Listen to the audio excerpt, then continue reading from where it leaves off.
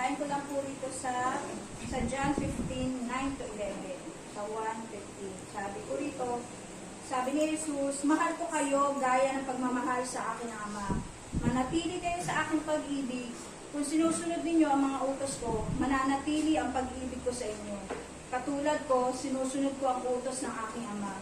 Kaya nananatili ang kanyang pag-ibig sa akin. Sinabi ko sa inyo ang bagay na ito para magalak kayo katulad ko at malubos din ang inyong kagalakan. Amen.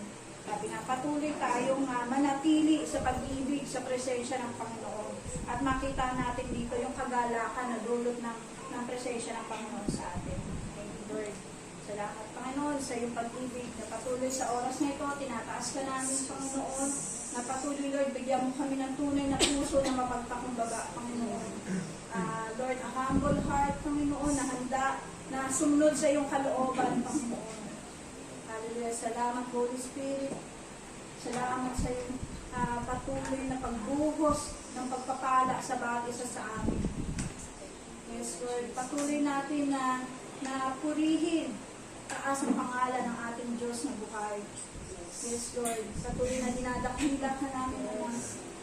Oh, glory to your name, God. Patuloy, Panginoon, na magpupuri kami sa iyo. Nadadakilain ka namin, Lord God.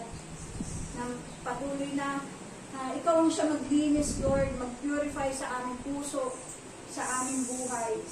Upang, Lord, pagharap namin sa iyo, kami bagong-bago na malinis, Lord, at walang kapintasan sa iyong harapan. Naririto kami, Panginoon, tinatanggap ang iyong salita. Yes, Lord. Ikaw ang aming kalakasan. Ikaw ang aming minamahal, Panginoon. Magunaw man ang mundo, alam namin, Lord, na nanatili ka, Panginoon, na nasa amin, O Diyos. Yes, Lord. Kaya patuloy na samahan mo kami, na ang iyong mga anghel, Lord, kasama namin sa pagpupuri at pagsalamat. Amen. Thank you, Jesus. Yes, Lord. Salamat sa kagalakan na dulot mo sa amin, O Diyos. Ikaw lang ang nag-iisa sa aming mga buhay, Panginoon.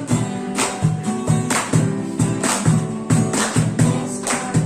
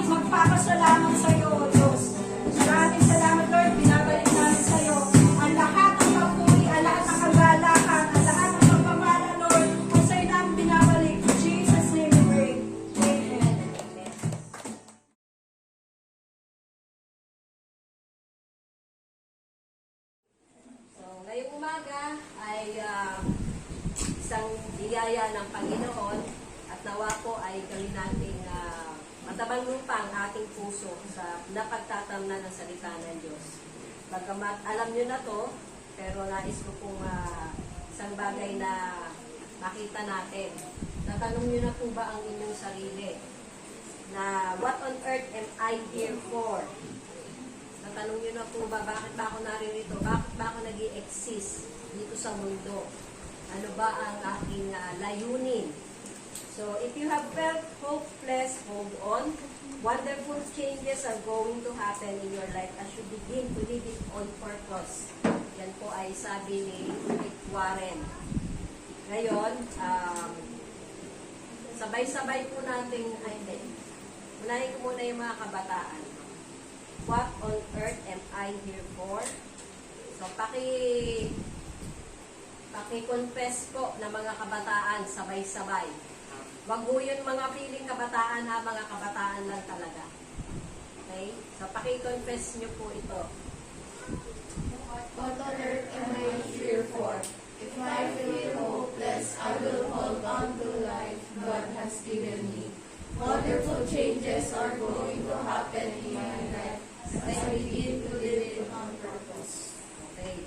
So, yun pong, naniniwala po ba kayo doon sa kinonfess nyo na wonderful changes are going to happen in your life or in my life? Kaya nga, confession nyo personal yun, na as I begin to live it on purpose. Ilang taon na po ang pinakamatanda rito?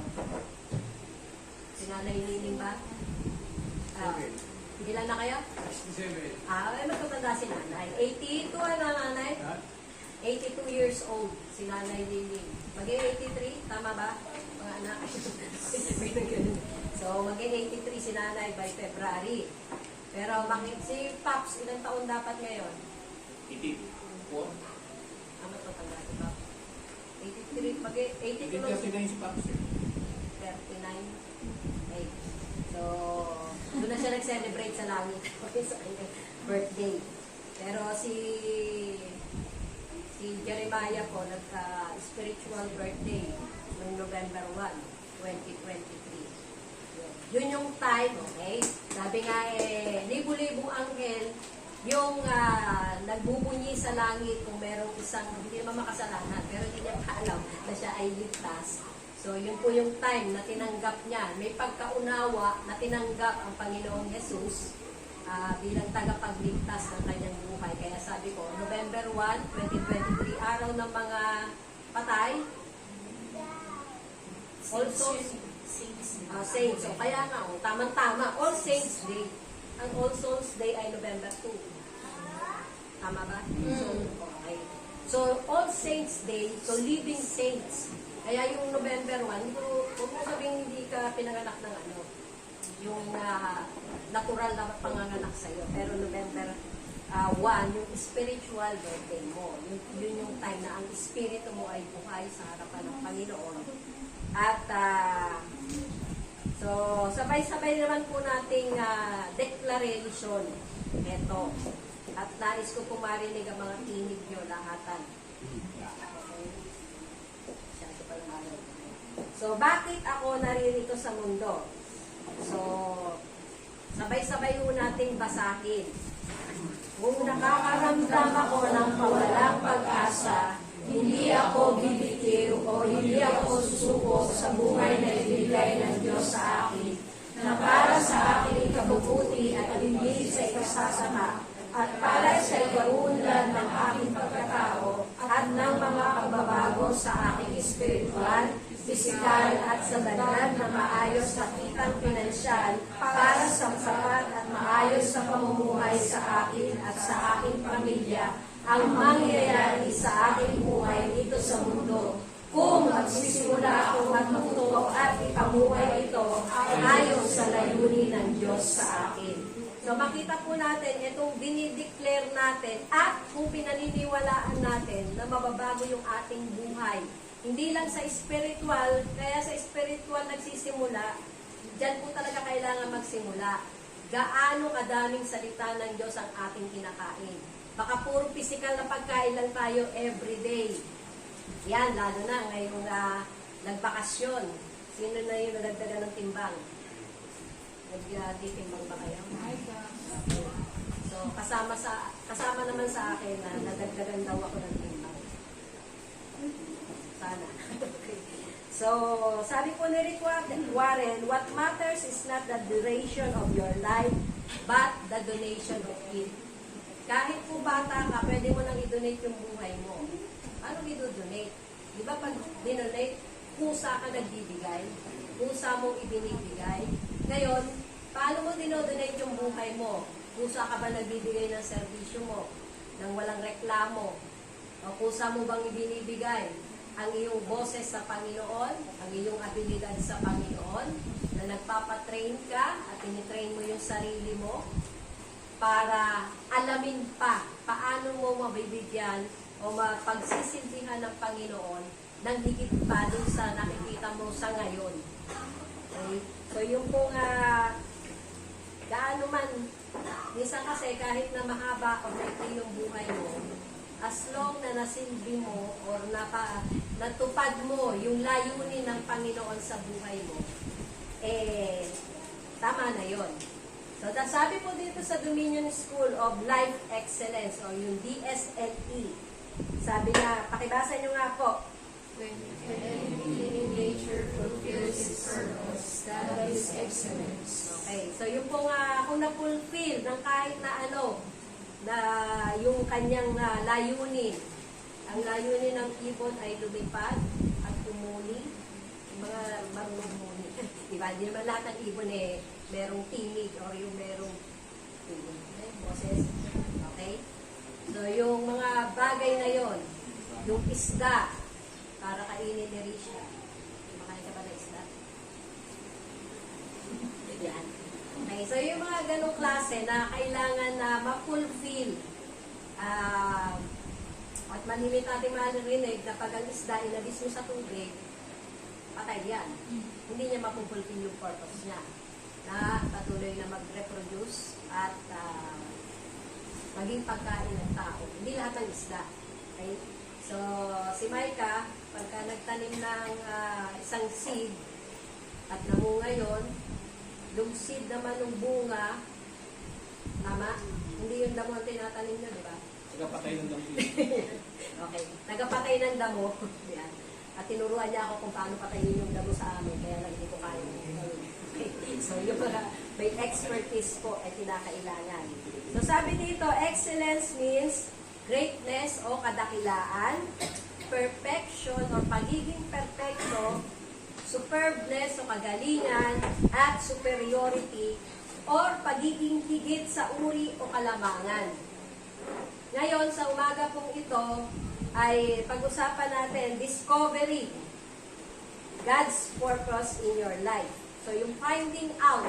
Kasi maaaring nabuhay tayo, naging Kristiyano tayo, na hindi alam, ano ba layunin natin? Bakit ako nabuhay? Para ba kumain, uminom, tapos mamatay na lang at ilibing ang aking physical na katawan? So, bagamat sino nakabasa na po dito ng purpose-driven life? At ano nang nangyari sa nabasa nyo? Ano ba nila kayo? Award lang pala. So, discovering. Ano po ba ang meaning ng pag-discover? So, sabi nga po ito ay present participle. Tama ba, Ate Jay? Na patuloy na ginagawa. Lahat na may team, patuloy na waiting. So, presente yun. Ngayon, discovering, nagpapatuloy. Or patuloy na, kasi pag discovered, nakuha mo na or na-discover mo na. Pero yung patuloy na pagdi-discover o yung discovering, ano ba yung layunin mo sa buhay? Kasi may mga pagkakataon po na pag naabot mo na, yung alam mo nga, ay okay na ako dito. Pero hanggat may vacuum dyan sa puso mo, alam mo hindi mo pa naaabot yung gustong buhay, gustong destiny sa iyo ng Panginoon. At sabi nga po discovering is to find information, a place, or an object, especially for the first time. Nung makilala natin ang Panginoon, hindi naman natin alam, di ba? Kung bakit tayo naligtas. Pero isang bagay doon na alam ko, habang ako po ay nagpapatuloy sa Panginoon, Kasi, kaya ako naligtas, nag-respond ako ng tama dun sa paanyaya. Na tanggapin na ako ay isang makasalanan, hindi ako nagbuhay sa isang Kristiyanong pamilya. At kahit yung nabuhay na sa isang Kristiyanong pamilya, pag tinanong mo, lalo na sa mga kabataan, ligtas ka ba? Pag kinuha ka ngayon, Micah, ng Lord, sigurado ka ba kung saan ka pupunta? Yan. Ilang kabataan lang po kung sigurado. So, pagka natanong nyo, ng mga magulang, yun, tiyakin nyo po na alam ng Panginoon nyo yung basic ng pananampalataya. At isang bagay po, nasabi nga the easiest way to discover the purpose of an invention is to ask the creator of it. The same is true for discovering your life's purpose. Ask God. Natanong nyo na po ba ang Panginoon? Lord, ano ba layunin mo sa buhay ko? The mere fact na buhay ka pa, nakikinig ng salita ng Diyos, may lakas upang pumunta dito, magbiyahe, isang biyaya po ng Panginoon yun. Amen po ba? Tinatanggap niyo po ba yung biyaya niyo ng Panginoon sa kabila ng kapaguran sa buong linggo? May lakas ka pa rin dahil inilaan mo yung araw ng linggo para sa sama-samang pagsamba ng mga mananampalataya. Pwede naman ako mag-usir ng church yung sa malamig. Meron na po ba nag-isip ng gano'n dito? Ayaw nyo kami yun. Pero maaari makapag-isip ka ng gano'n, di ba? Pero alam mo may layunin ka, hindi lang taga-upo. Kaya nga, ang ano po natin, may Sunday service tayo. Celebration at service. Sunday celebration, kaya nga service, you are to serve. Kaya nga po sa mga baguhan, kasama sa training nyo, na pumunta kayo na maaga dito, kayo maglakad ng mga silya, dahil mga may edad na po ang naglalakad dito, kasama na ako, na may mga diferensya na sa katawan. Yung kamay ko po, dalawa na yan, manhid, namamanhid. Okay?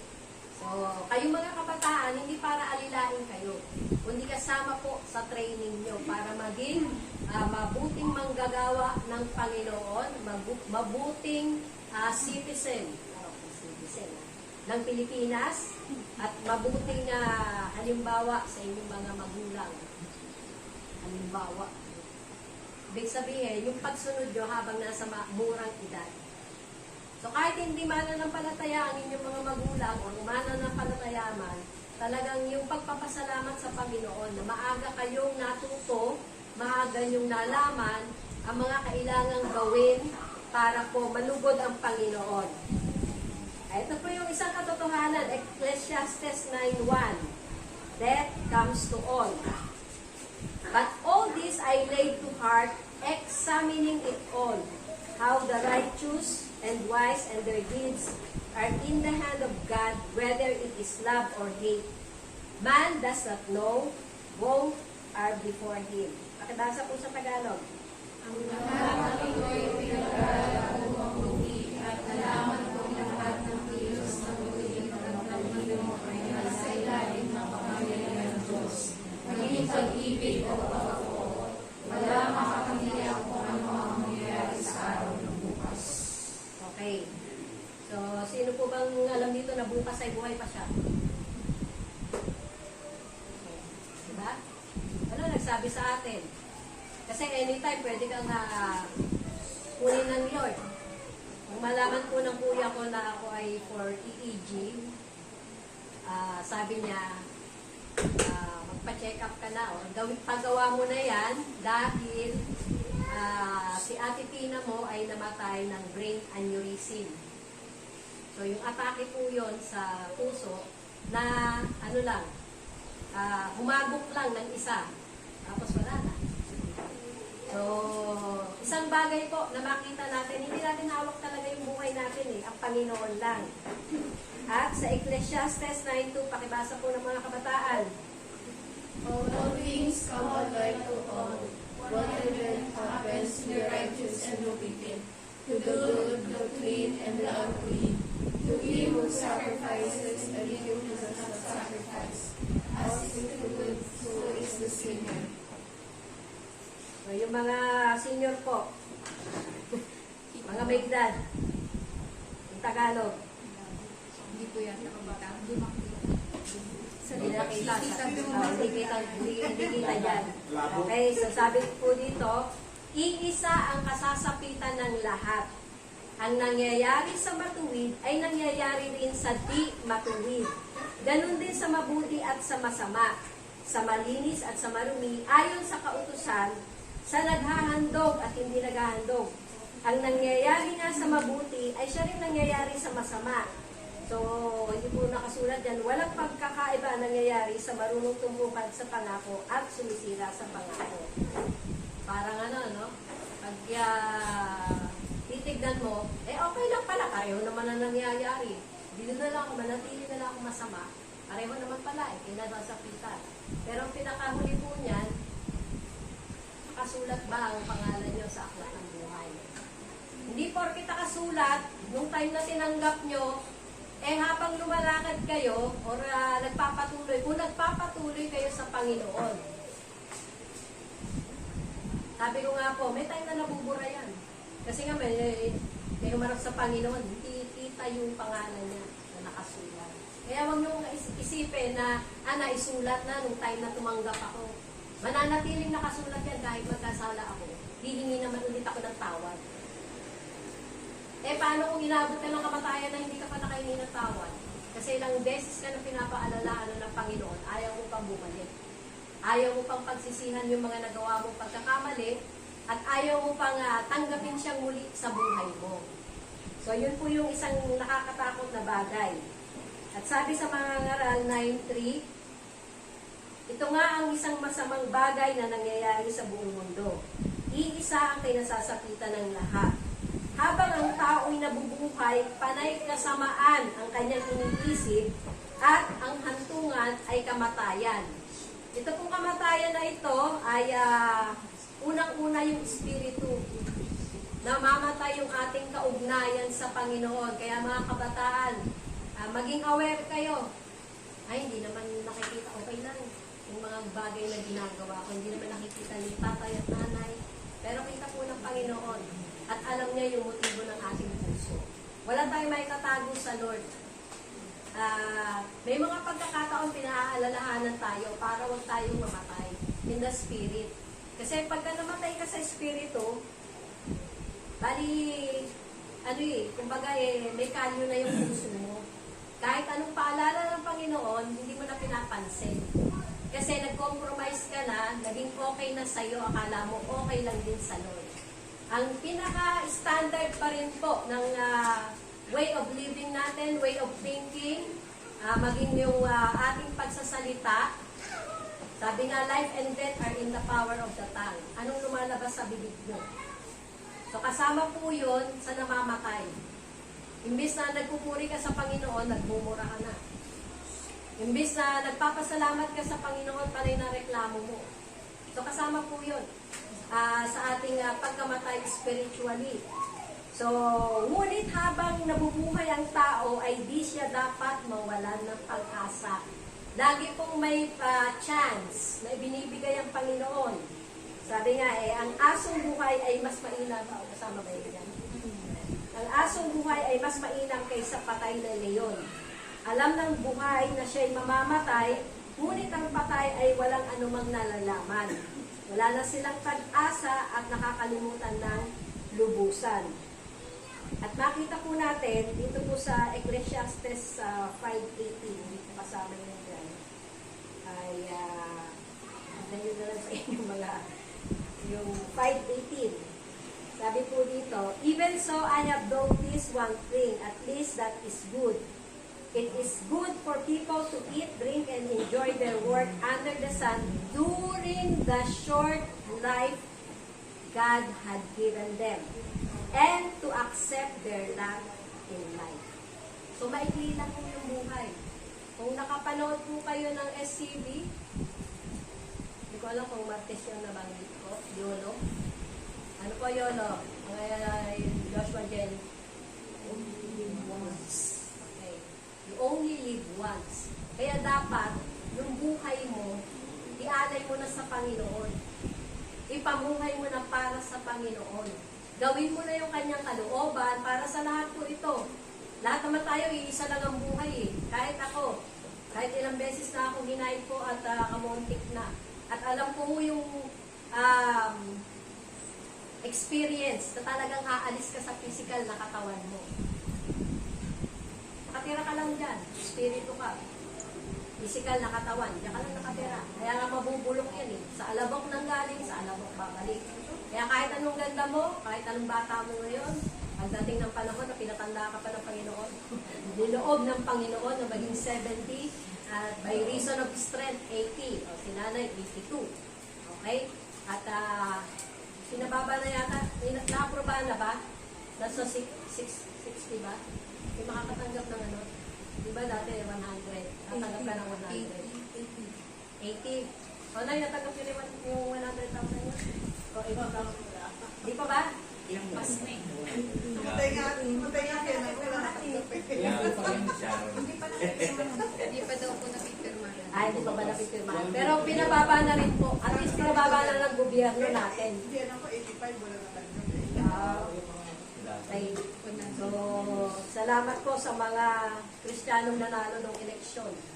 At kasama na po yun, makita po natin yung transformation sa mga lugar, sa ating pong barangay, komunidad, at sa, ano ko nga, sino yung nakaboto rito? Taas ang kamay.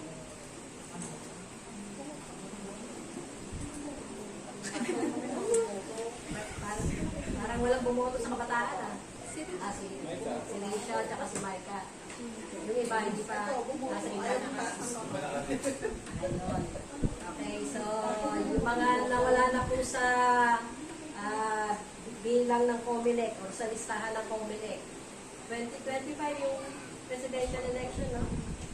Kasama po sa tungkulin natin bilang mga Kristiyano, tagasunod ni Kristo, tagasunod ng kanyang salita, na i-honor or gawin po natin ang pinapagawa ng gobyerno. Ako lang ho, hindi nakaboto dahil hindi ko alam kung sino yung mga bumoto ng kandidato. Kaya lang, meron hong birthday gift sa mga PWD. Kaya pupunta ako bukas sa barangay para ibigay yung aking PWD ID na may 3 pirma. At nakalagay dun sa, pinakita ko sa amin nakabalot sa itim na plastic bag at sabi ay wag, bawal ibagsak. Sabi ko mga Diyos. At least meron, di ba? Hindi sa ako eh. Yun. So, dito po sa mga ngaral 9:18, ang karunungan ay makapangyarihan kaysa sandata, ngunit ang isang pagkakamali ay nagbubunga ng malaking pinsala. Kaya bago kayo umisip o naiisip nyo pa lang na ganito yung gagawin ko, tanungin nyo ang sarili nyo na yung ba gagawin ko at alam kong may consequence or merong kapalit. Huwag nyong isipin na hindi kayo mahuhuli. Mahuhuli kayo ng Lord at alam ng Panginoon yun. Kaya lang, binibigyan kayo ng pagkakataon na mabago. Galing na rin ako dyan. Yung mga isang pagkakamali, talagang malaki po yung pinsala na naidudulot. Sabi nga, isang pagkakamali, ilang pagkakamali na yung nagawa. Huwag na kayo magbilang. Kung yun ay nakaraan na, tapos na yun. At kung pinagsisihan nyo na, mapagpatawad po ang ating Diyos at hindi nyo kailangan i-condemn. Dahil kung sa sarili ko, i-condemn ko sa dami ng kasalanan ko rin na nagawa, kahit nakilala ko ng Panginoon, baka hindi ako makakatayo sa inyong harapan ngayon. Okay? At kung alam natin ang stand natin, hindi ka binavalue ng Lord sa kung sino ka o kung sino yung magulang mo. Mahal na mahal ka ng Panginoon sa kung sino ka. Makailan lamang po ay meron akong nakita o nakatalunan na ay isa pong anak at nanay na sabi ay pasensyahan nyo na po ako at ako ang ibinigay ng Panginoon sa inyo. At sabi ko po dun sa, sabi ko magsisi ka kasi ang sinasabi mo, nagkamali ang Panginoon ng paglikha sa iyo at pagbibigay sa iyo bilang anak sa akin. Okay? Mga ganun. So, yung mga ganung klase ba, huwag niyong isisisihin. Bakit ba ito yung naging tatay ko, naging nanay ko? Bakit ba ako naging ganito? Pinakasisisihin mo yung sarili mo. Bakit ka ganyan? Eh may pagkakataon naman na mabago mo yung mga bagay na kaya mong baguhin. Doon sa hindi mo kayang baguhin, ang Panginoon ang tutulong sa iyo para magbago. Halimbawa, nandito ka, hindi ka naman nakikinig, naglalaro ka lang. Lalo na kung hawak mo yung gadget mo. Hindi mo lang ka matatanggap. Diba? So, bakit ka pa nagpunta dito? Dito ka na lang maglaro sa inyo. Hindi mo pa na dishonor ang Panginoon. Okay? So, ang tanong po, pakibasa nyo nga. Yourself or God. Gawin yung personal.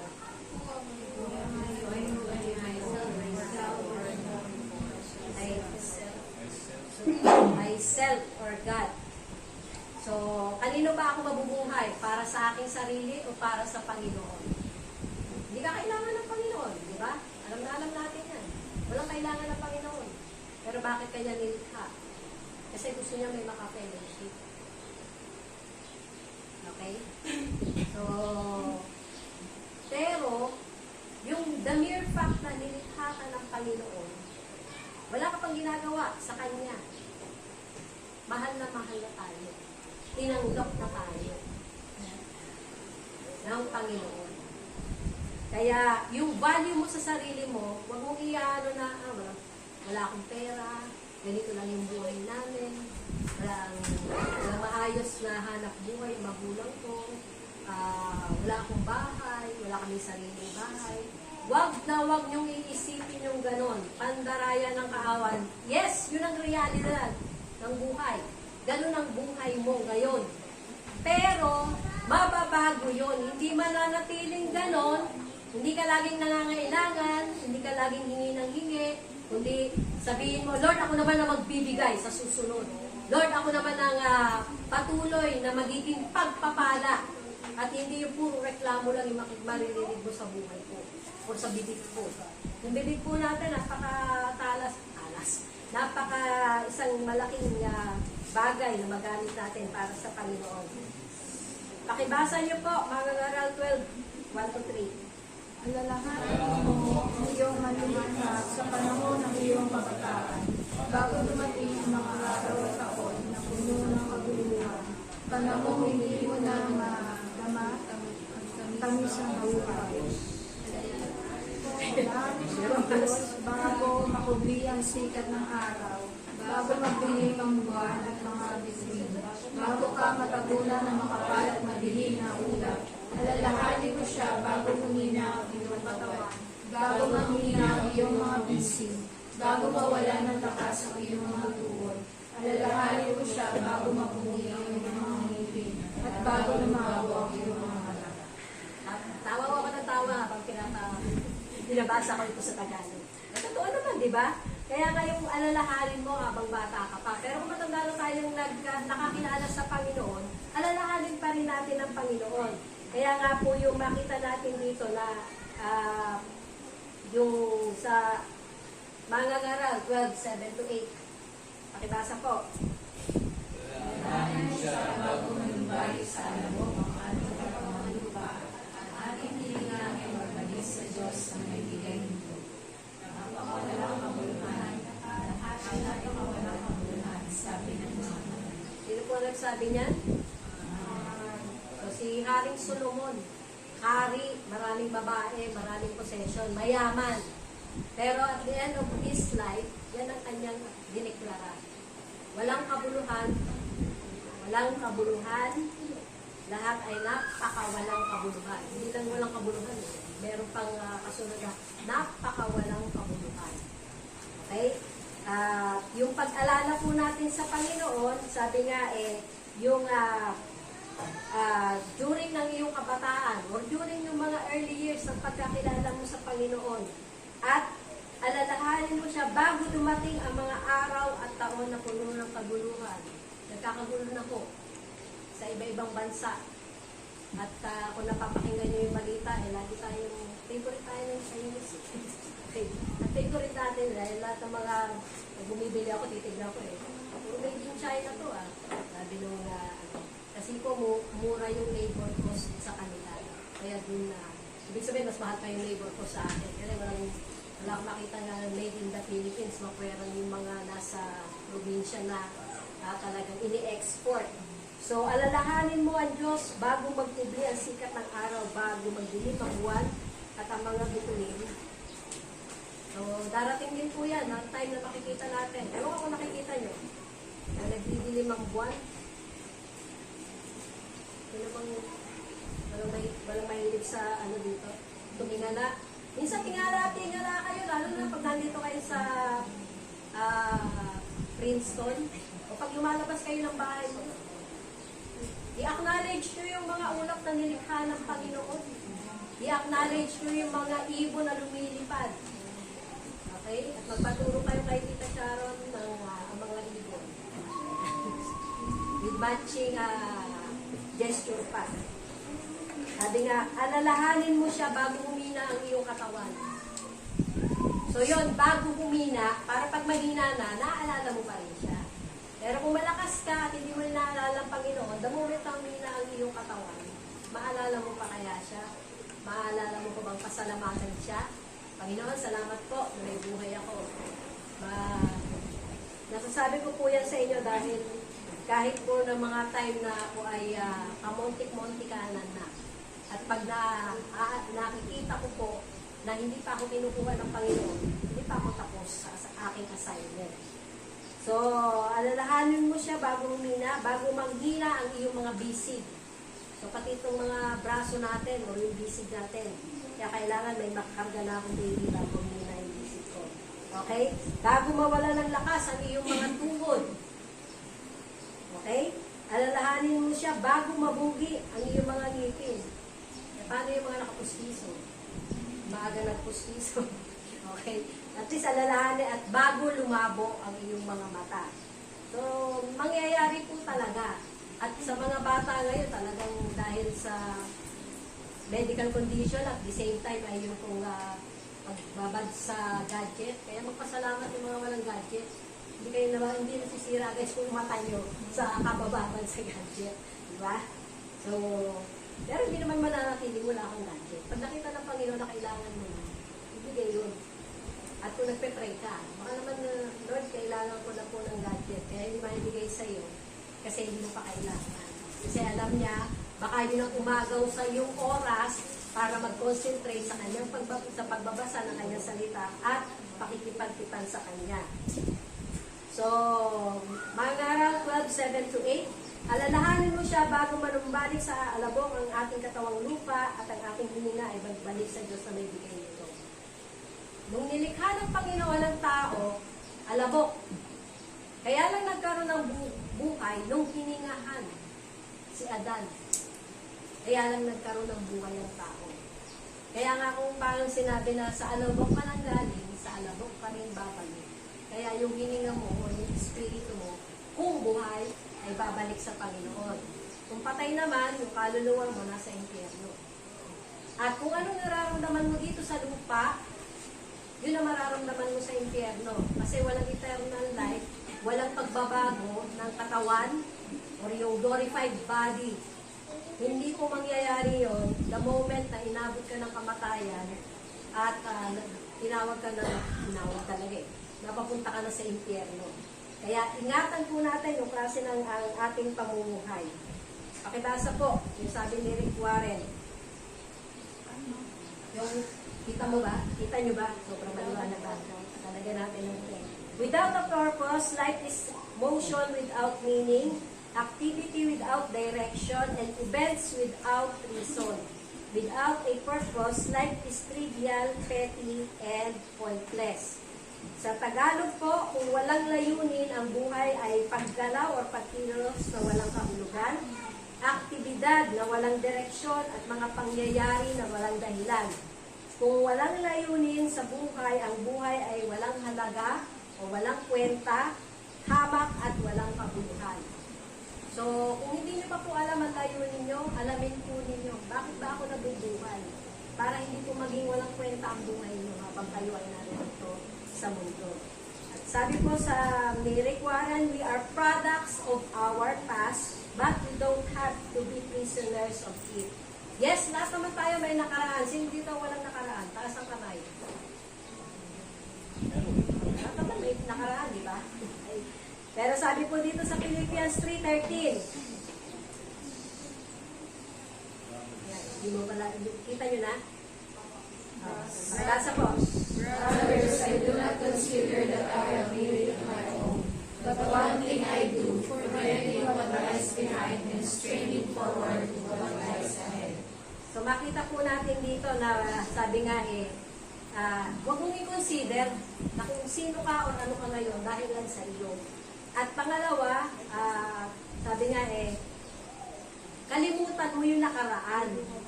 At pag kinalimutan mo yung nakaraan mo, nakaraang kasalanan, nakaraang mga maling ginawa, nakaraang mga pagpapala. Kahit mga pagpapala. Kasi minsan, kaya tayo napuprustrate. Dati ganito ako. Ay, dati ganito ako. Ay, dati ganito. O ano na ngayon? So, doon ka nangihinayang, doon ka napuprustrate, doon minsan sinisisi mo pa ang Panginoon. Bakit nagkaganito? Pero sarili mo naman ang gawa. Hindi tayo naging magbuting steward ng maliit or malaking ipinagkatiwala sa atin ng Panginoon. Ano yung pinagkatiwala? Unang-una yung oras mo para gumawa. 8 hours a day, 8 hours para po sa paggawa, 8 hours sa pagtulog, at 8 hours sa pakikipag-fellowship. Hindi sa church. Fellowship sa pamilya. Kaya nga nitong nakaraan, di ba, nagpunta ba kayo sa inyong mga mahal sa buhay? At hindi kayo naglabulan ng gadget niyo doon? Pag may time po kayo ng fellowship bilang pamilya, alisin niyo po yung gadget.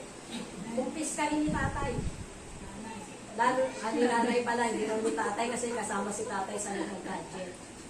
I-treasure niyo po yung pamilya, yung time niyo sa pamilya niyo.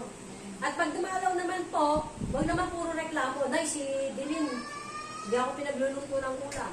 Ang mama, si Dilin, ba't puro din? Ganun. Ganun na kayo nagbabayday. Igusto mo ako.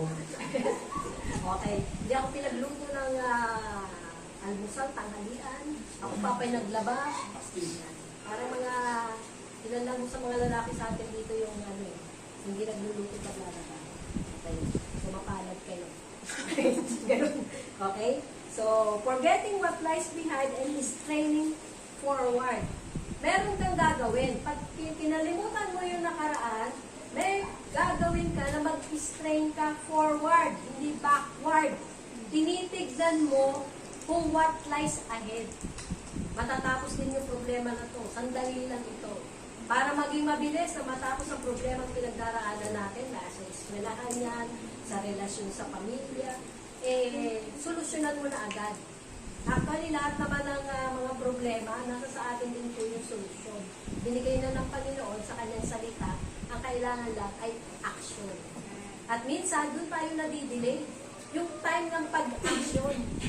Sabi nga po, the moment na sinabi sa iyo ng Panginoon, gawin mo na. Gawin mo na na magsisi ka. Gawin mo na gawin ang kanyang kalooban at sumunod. Lalo na kung ikaw ay napagsasabihan. Tama. Madali ba sa inyo mga kabataan na pagsabihan kayo ng ano yung tamang gawin ng inyong mga magulang? Madali o hindi? Sagot.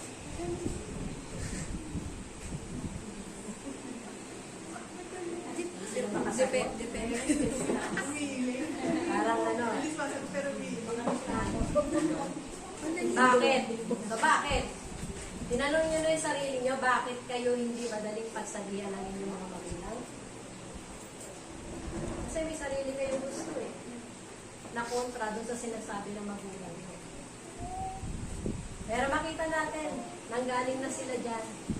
Kaya nga itinuturo sa inyo Kahit nag-aano na kayong katanda. Makwera pag nag-asawa na kayo, at nakahiwalay na kayo. Kasama sa adjustment ng magulang. Na pag nag-asawa na yung anak, wala ka ng hold dyan. Tama? Diba kaya niya Hindi ko na pinapakailangan kung may kinakain sila, wala, hindi naglaba. Sabihin, di sarili na silang buhay. Ganon yung intended ng Panginoon. The moment na mag-asawa ka, kaya pinahiwalay sa magulang, nagsasama yung mag-asawa ng solo, sabi nga, isa na ng hari at reyna sa bahay. Pag nagdalawang ulo yan, nagulo yan. Kaya huwag kayong mag-girlfriend o magbo-boyfriend. Ay, mga babae, huwag kayong magbo-boyfriend na walang trabaho. Hindi ba yung nakausap ko nung isang araw? Si Ate Jen pala, pinapirma na si Erin na magbo-boyfriend siya lang 40 years ko. Grabe naman yun. Pumirma naman si Erin. Bo-boyfriend pala yun, hindi pa magpapakasal. Sabi dito po sa Ecclesiastes 5:19-20, and it is good thing to receive wealth from God and the good health to enjoy it. So, napakaganda raw po na makatanggap. Wala po yan dyan sa slide. Na yung kung kayamanan galing sa Panginoon. Kaya lang ang kayamanan kasi natin naka-box sa pera lang. Yung mga anak natin, di ba natin tinuturing na kayamanan yan? Kahit walang binibigay. Yung mga apo natin, sa mga may apo na. O, di ba? O, si nanay, marami ng apo. Pero, ito na kasi mga matatandang apo eh. Okay, so, wala pang apo. Yung mga apo sa tubod, pag inabot niyo pa. Pero wag muna, pagka mga kabataan, tatapusin niyo muna yung pag-aaral niyo. So, James 1:22, ano pong sabi? Pakibasa niyo. Pakibasa niyo. But be doers of the word, not hearers only, deceiving yourselves. Okay, sa Tagalog, maging tagatupad kayo ng salita ng Diyos at hindi tagapakinig lamang. Kung hindi, dinadaya ninyo ang inyong sarili. Kahit kung kayo nakikinig ngayon o nakikinig kayo sa SCB o nakikinig kayo sa mga MP4, tama ba? Yeah. Pero hindi nyo naman isinasagawa, baliwala po yun. Baka nagiging religious pa yung iyong spirito. Gagawin ko to. May pagkakataon ko na pagka hindi napapakinggan pag linggo, nakikita mo ba kung may ilang nanonood? Makikita yung bilang. Nakikita yung bilang. Okay. So makikita mo kung ilan yung manonood sa hapon o sa ibang araw. So, tinitingnan ko, kasama po sa pinag-aaralan yun. Kailangan pa ba na mag-video? Parang hindi ba dagdag na pagod yun? Kung lahat naman ay pwedeng umattend. Mapera kung may mga medical condition na kailangan. Pero kita naman natin, kahit si nanay, hirap po. So, James 1:25, but the one who looks into the perfect law, the law of liberty, and perseveres, being no hearer who forgets, but a doer who acts, he will be blessed in his doing. Subalit, ang taong masusing tumitingin, pakitignan na lang yung kalapit nyo. Yung masusi. Masusi talaga. At nagpapatuloy sa sakdan ng kautusang nagpapalaya sa tao. Alam natin ang kautusan ng Diyos. Ilang kautusan na yung nagpalaya sa atin. Bakit hindi tayo napapalaya ng mga katotohanan? Kasi hindi masusi yung ating pagtingin at hindi natin sinasagawa. Siya ang pagpapalaya ng Diyos sa kanyang mga gawain. So yun po yung gusto nyo pagpalain kayo ng Panginoon sa inyong mga ginagawa. So, masusing tumitingin. Ayan, salamat sa isang nag-amen. Yan. Subalit ang taong masusing tumitingin at nagpapatuloy. So, masusing mong tinitignan, then nagpapatuloy ka pa, hindi ka humihinto. Kahit na anong mangyari. Maganda man o pangit sa tingin mo, yung mga pangyayari, nagpapatuloy ka, yun ang nagpapalaya sa iyo. So, kung gusto mo maging malaya, yung mga kautusan, mga prinsipyo, values, standard ng Panginoon, tignan mo kung nakaalay ng buhay mo. At tignan mo kung nagagawa mo. Kung siya'y tagatupad lamang, hindi lamang tagapakinig na lumilimot sa kanyang narinig. Talas ba memorya nyo? Ay, di ba? Kaya nga kaming mga may edad na may mga notes.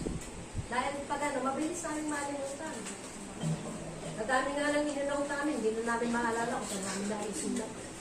Yung mga, at isa sa goal ko ngayon, na pag ako may napakinggan ng sinulat, kailangan mai-summarize ko ngayon at matanggap na yung kapahayagan pa ng Panginoon doon sa tinanggap ko na. Kasama po yun sa goal ko, personal. Ephesians 2:10. Pakibasa. For we are His workmanship, created in Christ Jesus for good works, which God prepared beforehand that we should walk in them. Okay. So may ginagawa ang Panginoon sa iyo na kailangan, sabi niya for good works. At pinirepare na yon ng Panginoon para ano? Para takbuhan mo? Lakaran mo. O ano yung pinirepare sa iyo ng Panginoon? Lakaran mo. Huwag mong takbuhan palayo. Kundi lumakad ka kasama ang Panginoon para magawa mo yun. Hindi po ubra na talagang parang alam ko may calling ako. Alam ko meron akong dapat gawin. So, bago ka po makarating doon sa dapat mong gawin, may mga proseso yan. Kaya nga, may ginagawa, you are a work in progress. Kung nagpapatuloy ka, pero pag huminto ka, huminto na rin yung paggawa ng Panginoon sa iyo. Pero pinaalalahanan ka. Patuloy kang itinutuwid, patuloy kang dinidisiplina. Kaya nga, kasama sa disiplina yan, linis kayo ng CR.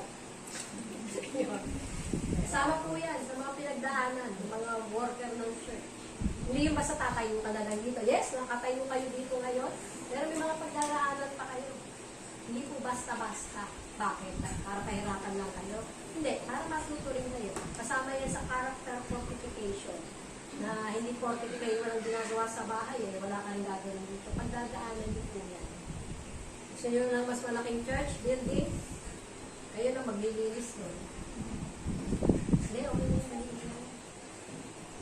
Hindi, magbibigay na lang ako para pambayad doon sa maglilinis. Kasama sa babudgetan yun. Pero kasama din sa training nyo yun. Okay? Yung physical hardship. Physical hardship. Hindi naman po.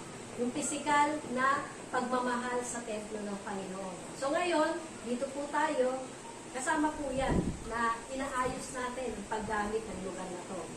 Sabi po ni Rick Warren, God changes caterpillars into butterflies, sand into pearls, and coal into diamonds, using time and pressure. He's working on you too. Pakisabi nyo nga personal. God is working in me. God is working in me. Patuloy na tanggapin nyo yung paggawa sa inyo ng Panginoon. So, sabi po dito sa Psalms 90 verse 12, wala rin dyan, so teach us to number our days that we may gain a heart of wisdom. So, yung pong pagtuturo sa atin ng Panginoon na yung ating buhay, hindi bilangin nyo yung buhay nyo kung ilan yung edad mo ngayon. Pero yung heart ng wisdom, paano natin ina-apply yung knowledge sa Word of God at pag-apply natin sa buhay. Diba? Minsan may mga iba-iba tayong perspective kahit isang truth lang yung napakinggan natin. Pagdating po sa tithes and offering, o yung pagbibigay ng tithes, sabi nga po pinakahuling naboborn again sa mga Kristiyano kung hindi na ituturo to at hindi tinatanggap. Bagamat na ituturo kung hindi tinatanggap ay yung bulsa o yung wallet. Bakit? May tendency kasi tayo na nakawin sa Panginoon yung para sa Kanya. At kung malinaw po sa inyo, ang tithes, balik lang sa Panginoon yan. Yung offering, yun lang ang seed nyo. Kaya kung gaano malaki yung seed nyo, gano'n din kalaki yung bunga na tatanggapin nyo. Pero sabi niya, binigay na ako sa Panginoon. Wala kang binibigay sa Panginoon. Kaya nga sabi sa Malakay 3:10, di ba? Bring the tithes into the storehouse. Isa lang po yung storehouse noon ng mga Israelita, yung time nung sa first 5 books na talagang doon dinadala para yung mga Levita naman ang mag-appropriate ng pondo. Isa lang yung storehouse. So kung sino po yung kinakainan natin, kaya nga di ba pagka may kahit sa Bible study, ipina-flash. Yung una, alam ko nakakatanggap pa yung mga nagba-Bible study ng love gift. Hindi ko na lang alam ngayon, Kuya Jumbo. Okay lang. Yeah. So kasama po yun, Yes. na yung higit pa yung pagpapalang dumarating sa kanya. Pero kung gusto nyo, kayo naman yung pagpalain, kayo din yung magbigay. Kahit 20-20 yan, pag binagsama nyo, lima kayo, 100 na yun. Di ba? Meron ng pambili si Kuya Jumbo, pero kailangan Kuya Jumbo 380 para makapag-samgyup. Ano? Samgyup. Hindi, maririnig naman ito ng kasama po yun na talagang mabigyan natin, maging kultura natin na ino-honor yung mga naglilingkod sa Panginoon, especially yung word. 2 Timothy 4:6, nawa po ay masabi natin ito bago dumating yung mga huling panahon ng ating buhay. So, sapagkat dumating na ang panahon ng pagpanaw ko sa buhay na ito. So, alam ni Pablo na ito lang yung buhay niya dito. Buhay na ito. Ako'y mistulang isang handog na ibinubuhos sa damdambana. Pinagbuti ko ang aking pakikipaglaban. Natapos ko na ang dapat kong takbuhin. At nanatili akong tapat sa pananampalataya. Kaya naghihintay sa akin ang koronang gantimpala para sa mga namuhay ayon sa kalooban ng Diyos. So yung pong korona na ihanda ng Panginoon, ayon lang sa mga nabuhay para sa Kanya. Sa araw na iyon, ang Panginoon na siyang mga katarungang hukom, ang siyang magpuputong sa akin ng korona. Hindi lamang sa akin, kundi sa lahat ng nananabik sa Kanyang pagbabalik. So kung paano pong yung teach us to number our days, at sinabi na ni Pablo na siya ay isang haing ibubuhos, no? Yung pong isang handog na ibinubuhos sa dampana. Ibig sabihin, lahat ng tinanggap niya, lahat ng natutunan niya, from pagiging persecutor ng mga Kristiyano, siya yung nagpapapatay, siya yung nagpapahuli sa mga Kristiyano. Pero the moment na nakilala niya ang Panginoon at sumunod siya, at lahat ng pinagagawa sa kanya ng Panginoon ay ginawa na niya.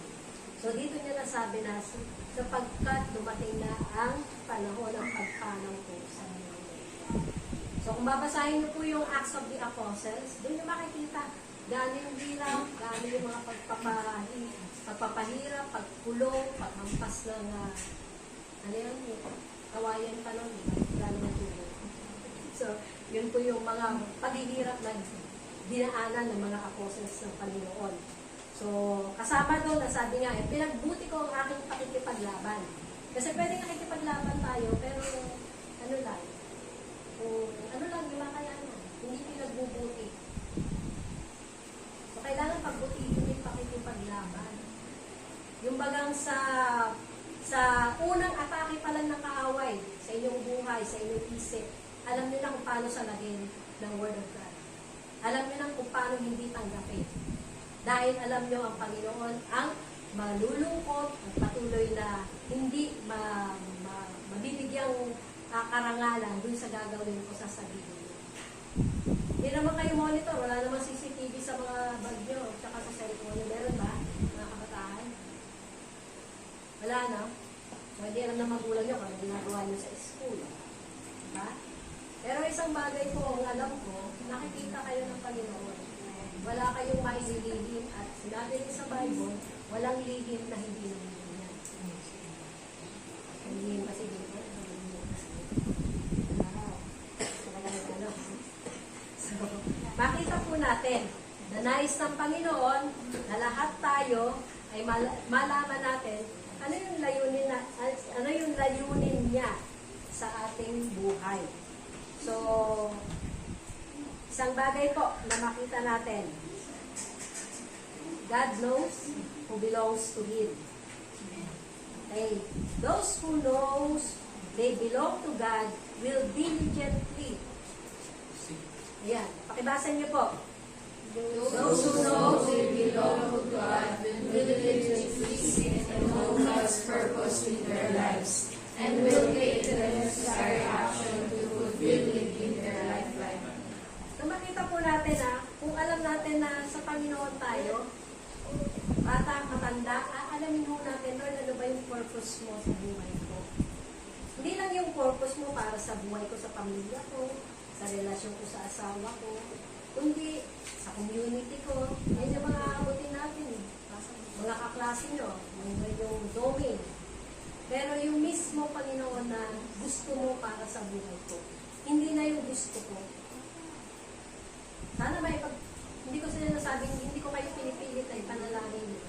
Pero in your quiet time sa Panginoon, Lord, huwag na yung gusto ko yung masunod. Ikaw na yung masunod sa buhay ko.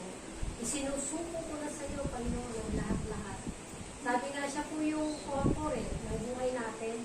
So, perfect yung kanyang will para sa atin. Bakit lang nagiging imperfect? Kasi sinusunod natin yung mga gustuhan natin. Lalo na yung mga sphere of influence. Or minsan hindi mo na mapakinggan ano yung sinasabi ng Panginoon sa iyo.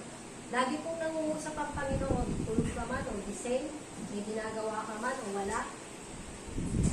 Gaano ka in tune ang ating spiritual na tenga sa pakikipag-usap ng Panginoon sa atin. So sa pagtatapos po natin, in discovering God's purpose in your life, unang-una, pakibasa po, ang basa nyo. I must examine my life. Pangalawa, I must acknowledge and avoid mistakes. pangatlo, I will always remember God every season of my life. pang-apat, I must forget my past life. pang-lima, I must see and strain forward to what lies ahead. pang-anim, I must do what the Word of God says. at pang-pito. I acknowledge God as the work and purpose for me to do. So makita po natin na yung pong pag-alam sa layunin ng Panginoon sa ating buhay.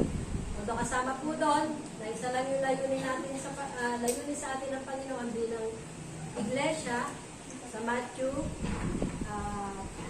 28, 19 to 20. Go ye and make disciples to all nations, baptizing them. Tama ba? Medyo nalalobat na ako. Dahil hindi na ako nakapagdulinda pagdating ko. Okay? So yun, kung makita natin, yung pag-go and make disciples, sino pa po rito yung hindi nakakapag one-to-one? Taas ang kamay. Ate Ikang, si Lynn, si Ate Sharon, Rodat, kay Direk, si CJ, tsaka si Cloud ongoing. Konti na lang pala sa present dito, hindi pa nakakapag one-to-one.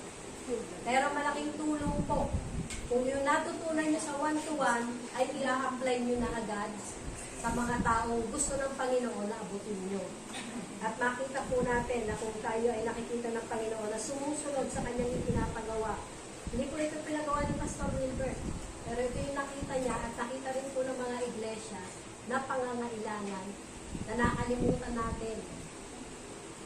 Aminin ko po, nakalimutan.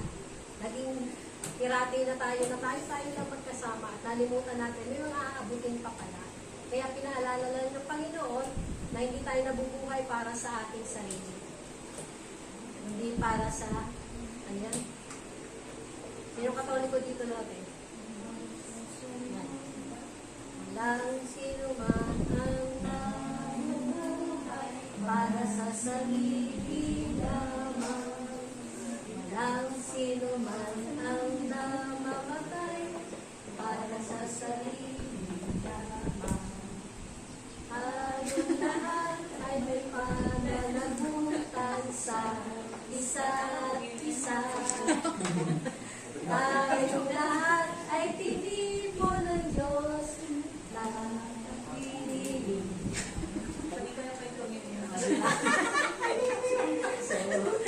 Isang paalala po sa atin yun. Hindi tayo nabubuhay parang sarili lang natin. Minsan kasi masyado na tayo nakafocus sa sarili natin, na nalimutan na natin ano yung pinapagawa ng Panginoon. So, tayo pong lahat, sa ating pagtatapos, ay dadako na rin po tayo sa ating pagtanggap ng pag-alala sa ating Panginoong Jesus. Pero yung mga, kung hindi nyo pa po, may may mga dirahin pa kayo sa buhay. Dirahin sa buhay. Sabi ko sa nag-preach kahapon sa SCP ay na-miss ko yung pagtayo sa pulpito. Music stand kasi ang gamit natin. Masyadong malaking pulpito natin.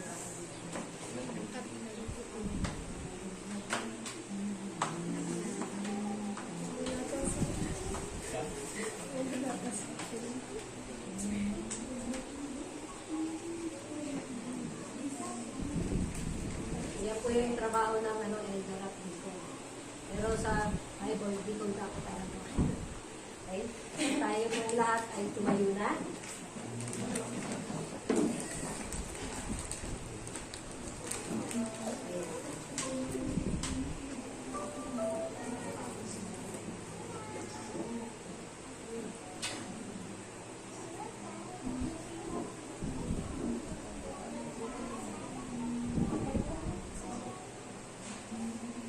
May grape juice po yan. Dahil inubos ko na yung wine kahapon. Lunay wine.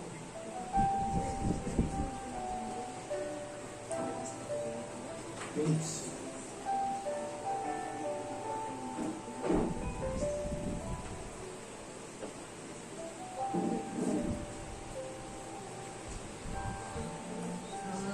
Tayo pong lahat ay manalangin. Aming Ama sa langit, alam ko po ang laman ng aming puso.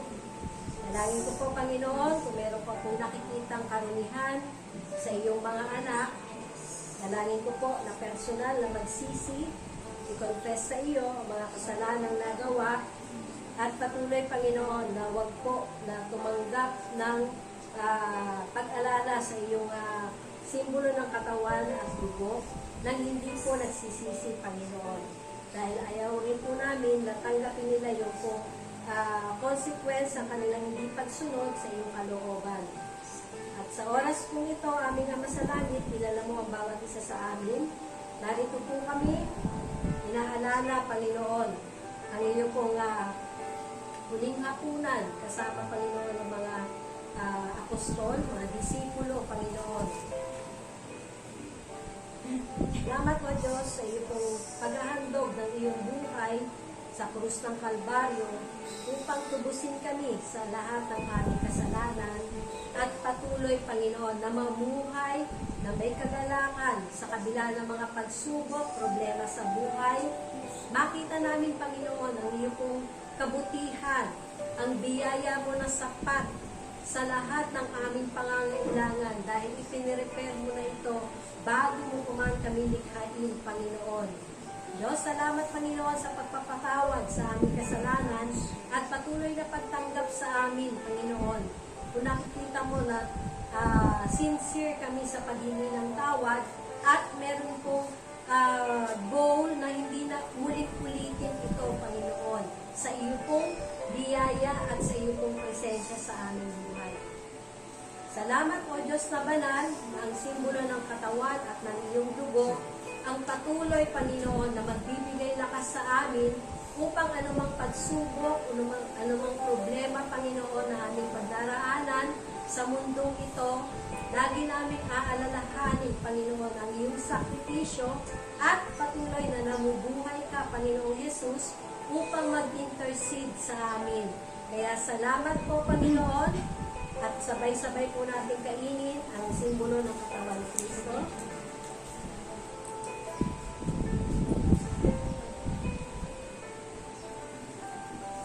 At inumin po ang simbolo ng kanyang dugo.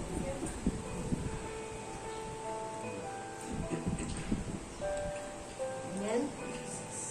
Pinupulit, pinapasalamatan ka namin, Panginoon. At patuloy, O Diyos na banal, tanggapin mo po ang aming mga handog.